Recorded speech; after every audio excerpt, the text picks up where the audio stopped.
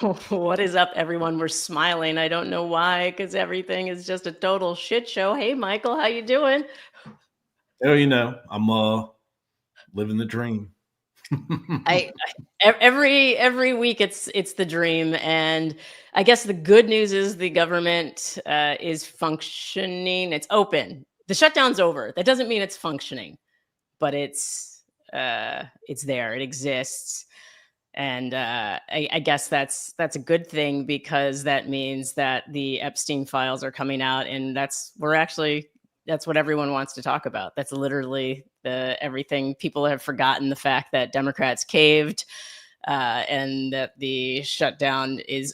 People are mainly focused on the Epstein files. At least that's what I'm seeing in my feed, nonstop. What about your feed? Yeah, same thing. It's crazy how the news cycle works and how quickly the American people's attention can be turned to something more salacious than literally what was happening. I don't know, 15 minutes prior to that. But yeah, here we are, Epstein files. I heard a good summary this morning. It was Epstein seems to be in the Trump files quite a bit.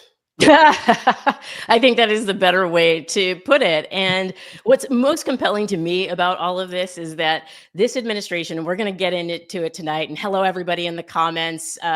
Feel free to ask us questions, drop in comments, those kind of things. We would love to answer them for you. But the two-tiered, many, I would say multiple tiered justice system, because this administration got into power by saying that they were going to protect women and children. And instead of that, they're criminalizing people who are undocumented, going after them, even ones who have papers and are in courthouses at their hearings, ones who've been paying taxes, because many undocumented immigrants were paying taxes to be able to establish that paper trail here for their hearings. And meanwhile, they're not really protecting women and children. And so we're going to talk about all of that tonight. By the way, welcome to Protect and Serve. I don't know if I said that. Did we say that, people? I don't think we did. Hi. Yeah, they know they're welcome. You know what you're watching. But before we get into the crazy of the week, I want to talk about some good stuff, or at least some stuff that is giving me hope. Did you see the sweating out the fascist protest at the ICE facility? I haven't seen any of the images, but I heard about it, and certainly got a big chuckle. Yeah, it's great. Well, this is the thing. We were talking about this before the show. Like, it takes a lot to organize a protest. And I think what I love about these smaller protests is that they're coming up with new and interesting ways to keep people engaged, because it can get like, oh, what are we doing? Getting more signs out, showing up at another Saturday protest, and then what? And so I think this is a way to get people involved. That's fun. We have a clip of it. I don't know how many people have seen this in their feed, because I saw it and I was like, yes, that's exactly how I want to protest. You know, it's great. Ready? Go. Very fun. We are a group of folks from Fulcrum Fitness, and we invited our friends and community to come down. We're upset by what's happening to our community and neighbors and friends. We don't like what ICE is doing in our community, and we decided we wanted to combat that in a playful, fun, high-energy way to bring more community together and kind of share our spirit of love for folks that aren't really receiving that right now. We put together some of our favorite tunes from the 80s with Jane Fonda style. Who better to emulate than someone who brought fitness and activism together. It's fun, but is it effective? I mean, listen, I think that, anytime that you can organize and get people to come out and protest, and I honestly, I'll be honest with you, I think if you had asked me this a few months ago, I would have said it's ridiculous and ineffective.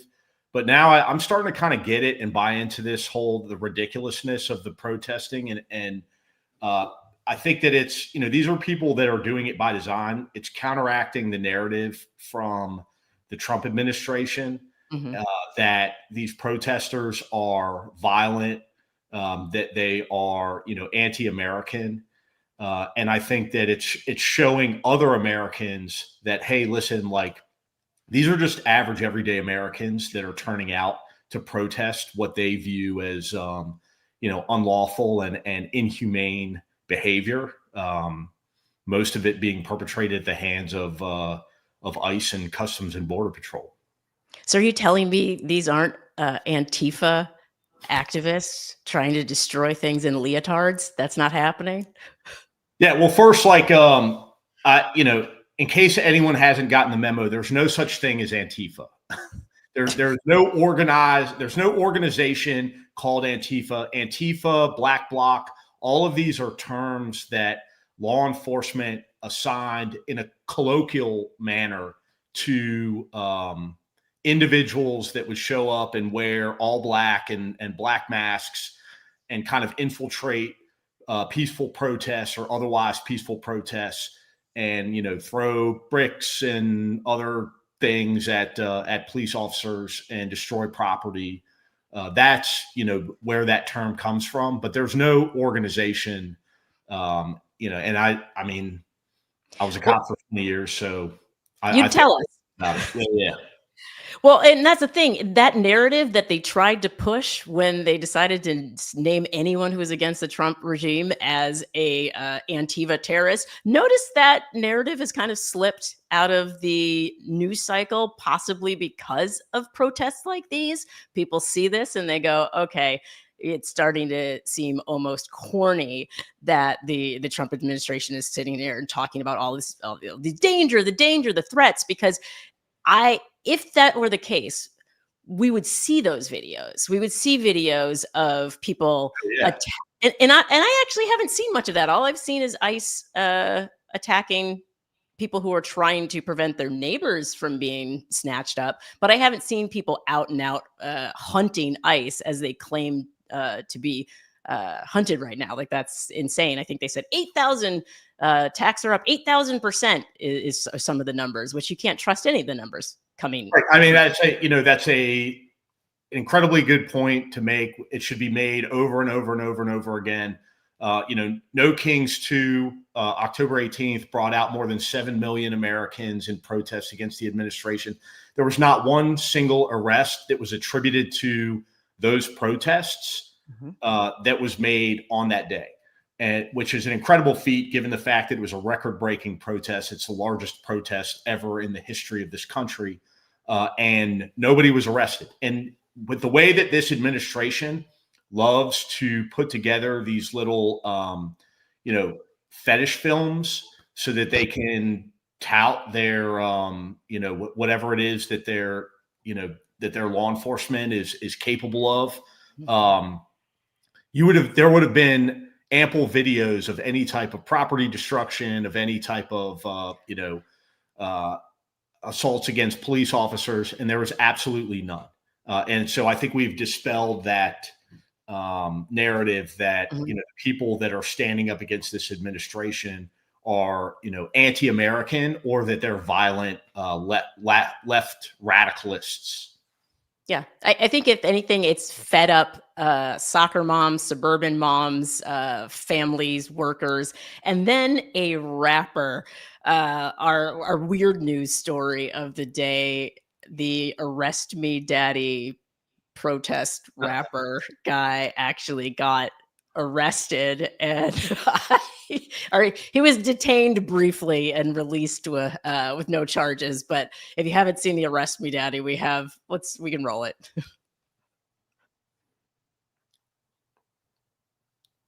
Or maybe we don't have it. I thought we had it. We don't have that one. Okay, guys. I'm not going to tell you to right now do it because you're watching us. But after this, you need to check out "Arrest Me Daddy." He's a rapper in Chicago, and he has just built a following on TikTok and Instagram by going up to cops, bending over and saying, "Arrest me, daddy." And finally they did in Chicago. But I think this just goes to show, like, because everybody was actually fairly good humored about it in the arrest video. And I think there were journalists there. And I think the American people are fed up with the way the Trump administration is portraying their cities. And these Chicago police officers, they live in Chicago, like they live in the city. And so I think it affects the morale of everybody in a city when you have the president calling it a war zone when you know it's not. I mean, these officers, they have children that go to these schools that live in these communities. So definitely go check out that video. It's very funny. Mike, we got to get into like the I wish there was like a way to cover all this stuff that wasn't so dark, because so much of it is very dark, and but we got to cover it. We got to cover it. So I want to hop into really quick the Epstein files. Overall, I think what is crazy to me is that it's their family values, right? Like, this is the family values party, the GOP, supposedly. And the communities that they are targeting are actually family oriented communities. Like in the Latino community, family is very important. Like, and they are doing these massive raids where they're like going into a park and arresting like families, detaining families who are having barbecues, who are spending time together, building community, which is what is actually what's supposed to be the foundation of our democracy is community. And Well, so, yeah, go ahead. The GOP, this might come as a surprise to you, Maya, but the Republican Party under the Trump administration, the MAGA party, only cares about white Christian families.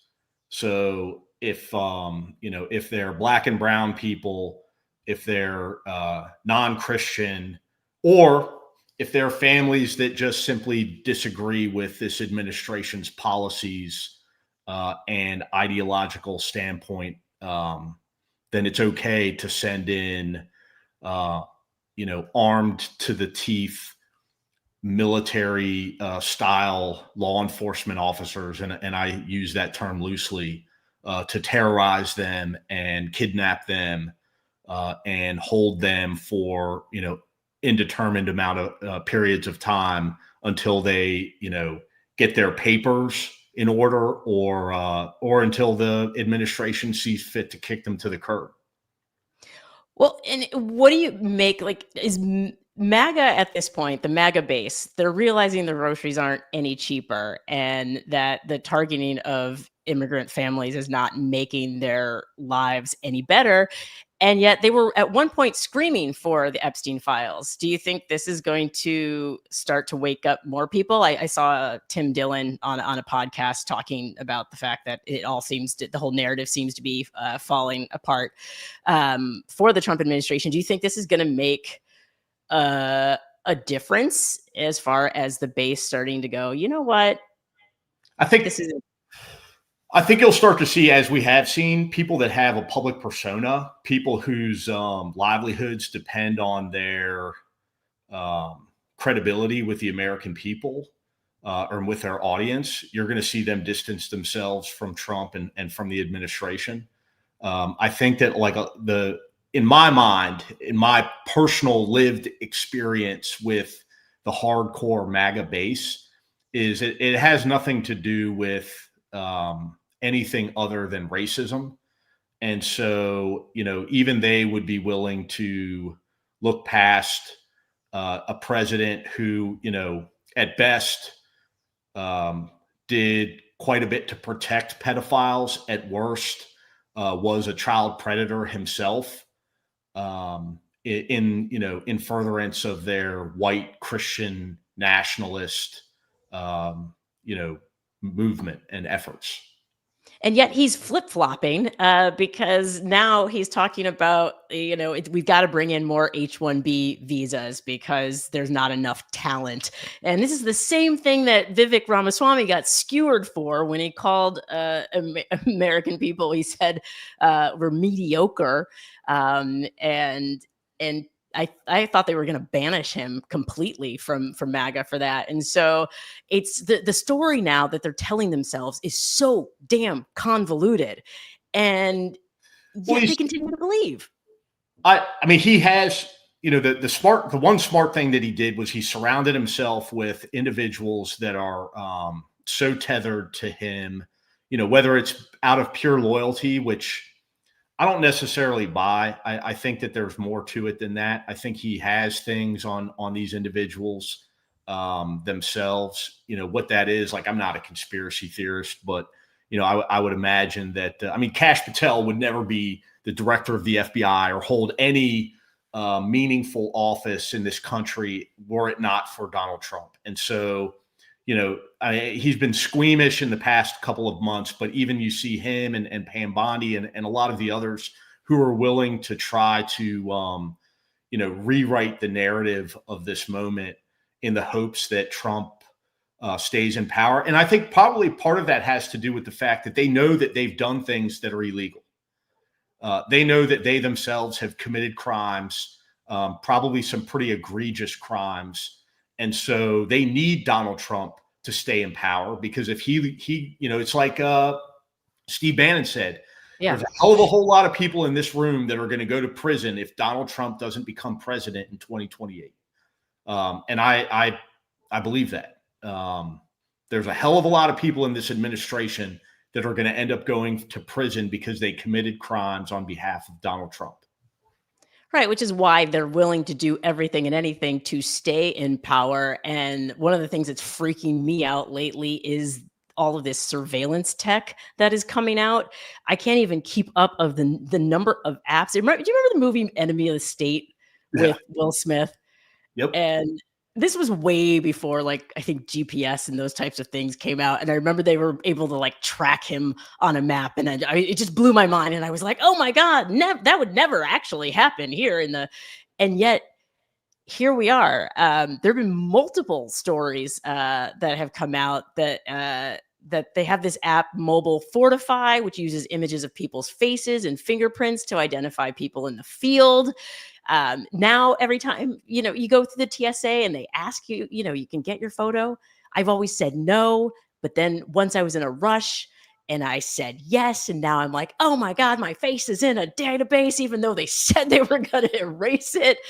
What are your thoughts on all this? And then this one, apparently the DMV has been sharing information, including in Democratic states, with ICE and DHS. They're able to go through these databases and get address information, photo information. And once they take it, they can scrape it and put it in any of the databases that they want to put them in without a warrant, what happened to the don't tread on me Republicans? What happened?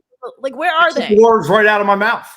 You took the words right out of my mouth. Where's all the don't tread on me folks that talk about government overreach and, but it's crickets from those folks. And I don't know if they think that it's because, they're using this technology against our enemies, against people that, we don't want in this country. Nah, dude, they're using this technology on everybody.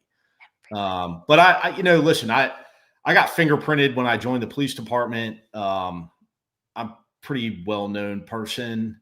But listen, you don't need all that technology. I'll just tell you that I hate Donald Trump and that I think he's a piece of shit. So you don't yeah. Going into the country, I'm like, no, you don't need to seize my phone or check my phone. I'll tell you what I have to say. Next time I travel outside the country, when I go and talk to the Customs and Border Patrol, I'm just going to volunteer. Like, hey, listen, my name is Mike Fanone. I was traveling outside of the country for pleasure, and I think Donald Trump is the biggest piece of shit that's ever walked the face of the fucking earth. And I swear to goodness, I feel like at least half of them are going to agree with you quietly. Like, I feel like there are enough of them who are like, well, this has been their job for 10, 15 years. And so I feel like, especially after seeing what went down with the shutdown, because the communities that suffered were very but much communities that supported Donald Trump. So people who were losing SNAP benefits, these are communities that by and large, a lot of these people were supporting him. And so, and you could see all the stories online. Oh, please, could you do something? The farmers asking for assistance. And so I feel like people are starting to, I would hope if he's not going to protect you, he could also, once you decide to speak up, you decide that you're the enemy. Like, that's the thing. Like, if the farmers in the US did what the farmers in France did and took manure and sprayed it on government buildings and protested for their rights, they might end up in a database too. And so as he works to destabilize and impoverish the entire US, I would think at some point the Don't Tread on Me's are going to find themselves wanting to what is it? They want their second amendment rights are going to start. They're going to be like, well, now. Yeah, I would never underestimate Americans' inability to think critically. But I would also say that, to use another catchphrase, like, it's easier to fool someone than it is to convince them that they've been fooled. And I from what I see in the conversations that I have with MAGA folks is that they just don't want to admit that they were completely bamboozled by this clown, Donald Trump, somebody who's so overtly, I mean, listen, I voted for him in 2016. So, I fall into that camp. Now, I didn't vote for him after he incited a fucking insurrection. But I fell into the trap. What do you mean? Wait, sorry, Mike. I don't want to stop you here, but all those people got pardoned. All the people who plot. So I don't know that did he really incite an insurrection? Right? Like, that's the 1984 bullshit that's happening now.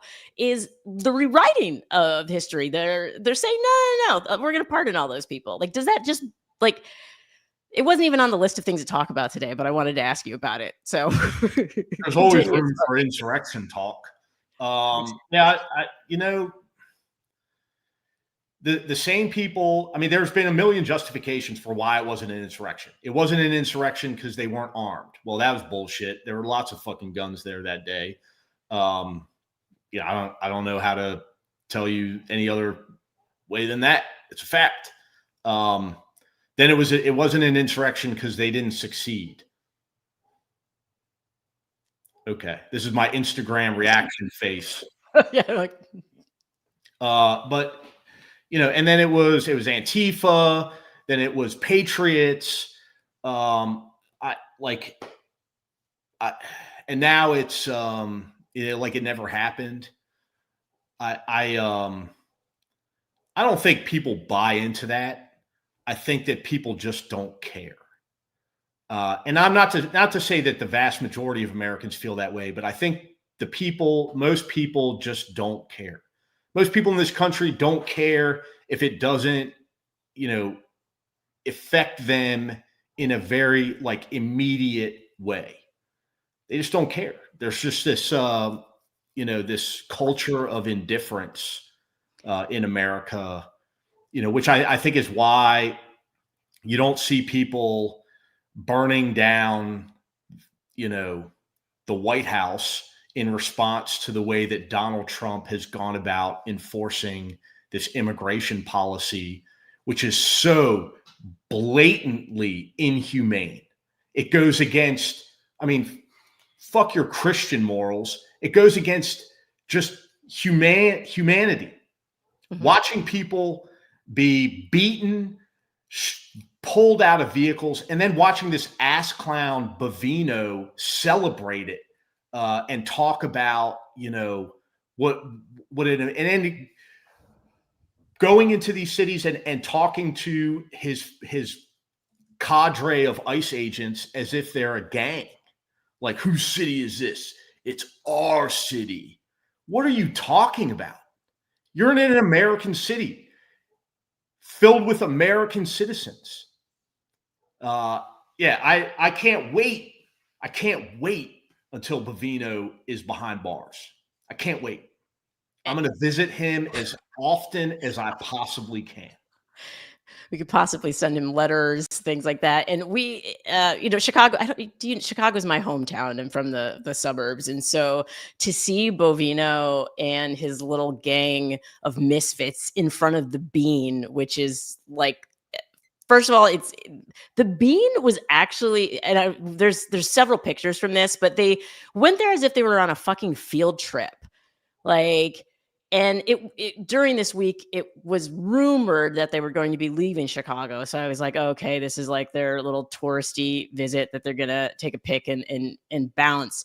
And I guess they were, calling out Little Village, which was the neighborhood that they had just terrified. But like, this is supposed to be a symbol. First of all, it's designed by an artist British Indian artist. So not an immigrant in the US, but like a diverse person who brought something good and wonderful to our city.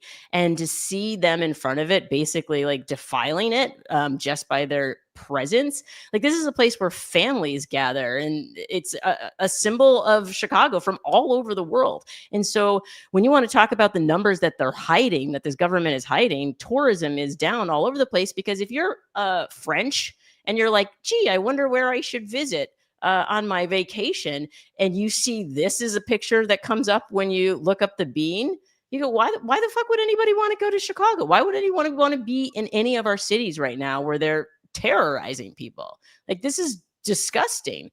And what's great is, of course, many of them are showing their faces. And I saw people online going, oh, perfect. Thank you. We needed that data. Yeah, they can hide their faces to average everyday citizens, but if there really was a meaningful investigation conducted by Congress and competent law enforcement agencies, it would be very easy to determine who each and every one of these agents are. So I would caution them. We're going to find out who you are and what you did during this time period, and you will most certainly be held accountable. That photo in and of itself, I mean, first, again, it's not normal. I've never seen law enforcement officers behave in this manner ever in my entire career. I've worked with, almost every federal agency under the sun, and no one conducts themselves that way. No one goes into a city, an American city, and acts as though they are, an intentionally occupying force, and treat each and every person, human being, citizen, non-citizen that they encounter as if they're an enemy combatant. It is absolutely outrageous. As a former police officer, it makes me happy that I'm not wearing a badge today, and absolutely disgraced that I ever wore a badge and shared the same profession as these animals, because that's really what they are. They're animals. Well, and apparently there 200,000 people supposedly applied to be ICE agents, and I'm like, what? I'm hoping that these are people who are fake applying, because I know I almost applied just because. So I'm hoping like, we've talked about this before on the show. They're offering a $50,000 signing bonus. $50,000 to the average American is, like I've said, it's a life-changing, potentially life-changing amount of money. And they've done extensive interviews. I mean, I think it was the guy from NBC News, who traveled down to Texas and went to one of these, hiring events, and was interviewing people and talking to them about why they wanted to join. And I mean, some of them talked about this patriotic fucking whatever nonsense. But at the end of the day, the number one common denominator was $50,000. And I would caution anyone who's thinking about pursuing a career in law enforcement for a $50,000 signing bonus. And I would tell you that Donald Trump has a long history of not paying people who, show up and do the work for him. And I've even heard rumblings of, individuals who, have joined and still have not been, have not received their $50,000 signing bonus. And I would question, I would say that there's probably a strong likelihood that you never receive that money. You never see that money if, only because Donald Trump doesn't pay his debts, or if, this administration is gone and whoever replaces it recognizes the insanity of this. And if you're lucky enough to even have a job when Donald Trump, is no longer in office, you certainly will not be getting your $50,000 signing bonus. But most likely there won't be an ICE and a Customs and Border Patrol because those agencies have been so corrupted and corroded by this administration that they're just not, it's not tenable to keep them around. Yeah. And if they had the $50,000, they'd have to use it in their defense for whatever lawsuit. That's a good point that you like if you do get your 50,000, just put it aside because you're gonna need it. Exactly. You're gonna need it. And also a lot of these a judge ruled that they were gonna have to release probably around 300 people in Chicago because of a violation of the consent decree. Like they can't just arrest people without a warrant. They just can't blanket through the streets. And so a lot of these deportations aren't going to stick. And so it's like we're just funding and spending money, millions of dollars. I think these operations have cost upwards so far. Yeah. Millions of dollars. For what? To have people just play in the streets and terrorize communities and then take a picture? Like that's insane. Yeah. So 300 people that they ordered released. And here's the thing, Bovino's response to this was, well, we'll just go out and arrest, what do you say, something? We'll just arrest 1,500 more for everyone that they release or something crazy, as if they have the capacity to do that because they've shown themselves unable to do so. Okay, so that's like you think about that statement for a second. I want all the listeners, everybody who's out there, everybody who sees this going forward, think about that statement. That's like some shit that, that's like from the Untouchables. There's some like gangster movie shit like, oh, if they put one of ours in the hospital, we'll put two of theirs in the morgue. Like what law enforcement officer says that in response to a ruling from a federal judge who said everything that you did in this city, the millions of taxpayer dollars that you spent in this city are moot because you violated people's constitutional rights and you went about things like a criminal. Yeah. I mean, and that's the thing. What happens when the criminals are running the game? And that's wild. It's only the judicial branch that seems to be our best defense at this point. And obviously the protests and everything that we're doing. But it's wild and demoralizing in many ways to see it's so in the open now, the criminality of everyone because it used to just be like, oh, Teflon Don, right? Like he gets away with everything. But now it's like for the time being, it feels like everybody in his inner circle is also getting away with everything, which is frustrating. Yeah, no, I mean, he's definitely rigged the system in his favor. And going back to our earlier conversation, that's why these people are so desperate to hold on to power, is because they know that, as long as Daddy Trump remains, that they will be free from accountability. But once he's gone, again, like Steve Bannon said, there's a hell of a whole lot of people in this room that are going to go to prison. Yes. And their plans are still being stymied for now. As I mentioned, by the judicial branch, a judge he said that he blocked the National Guard deployment into Portland, which I think will have wide-ranging effects, because if you remember, they have the task forces that he wanted to implement in every single state, I believe, where the National Guard would be ready to be deployed at any moment for any sort of unrest.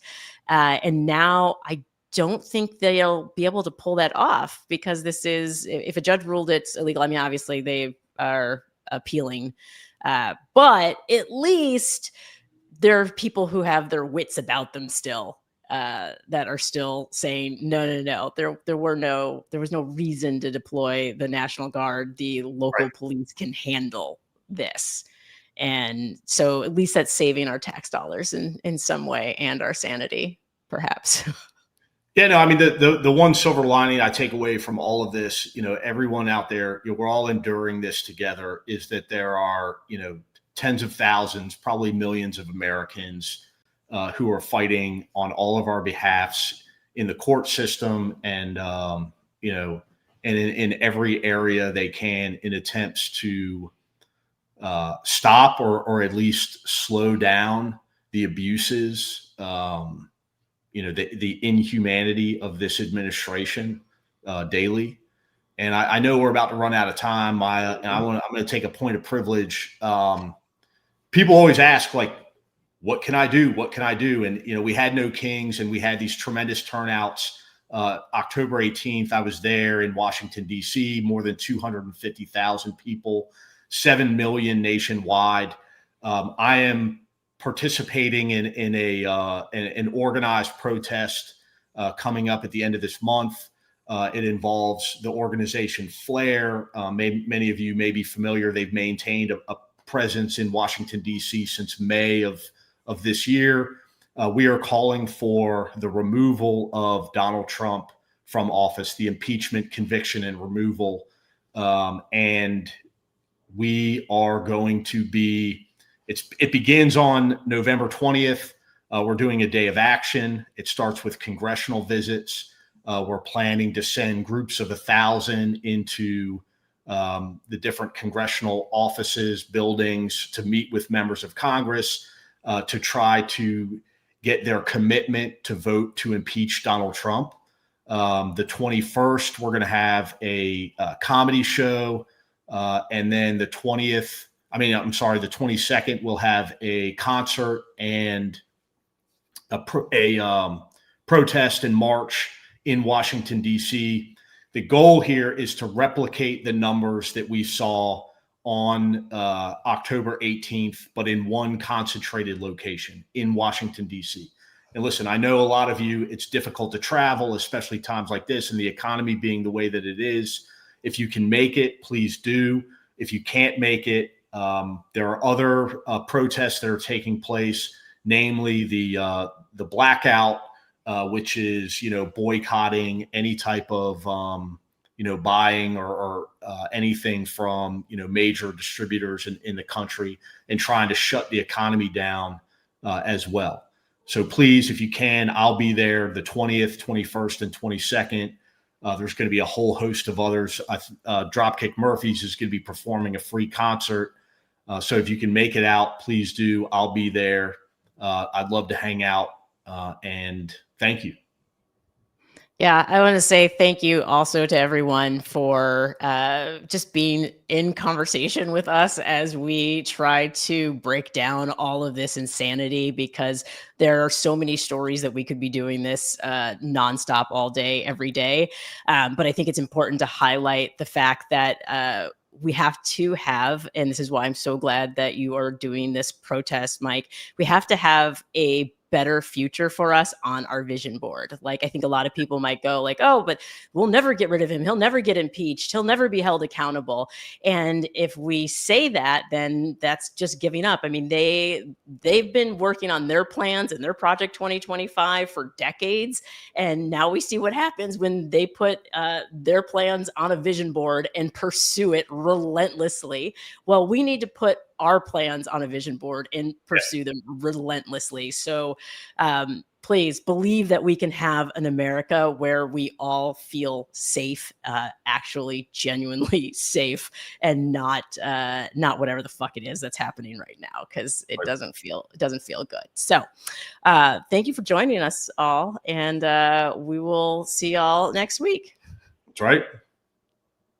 Thank you.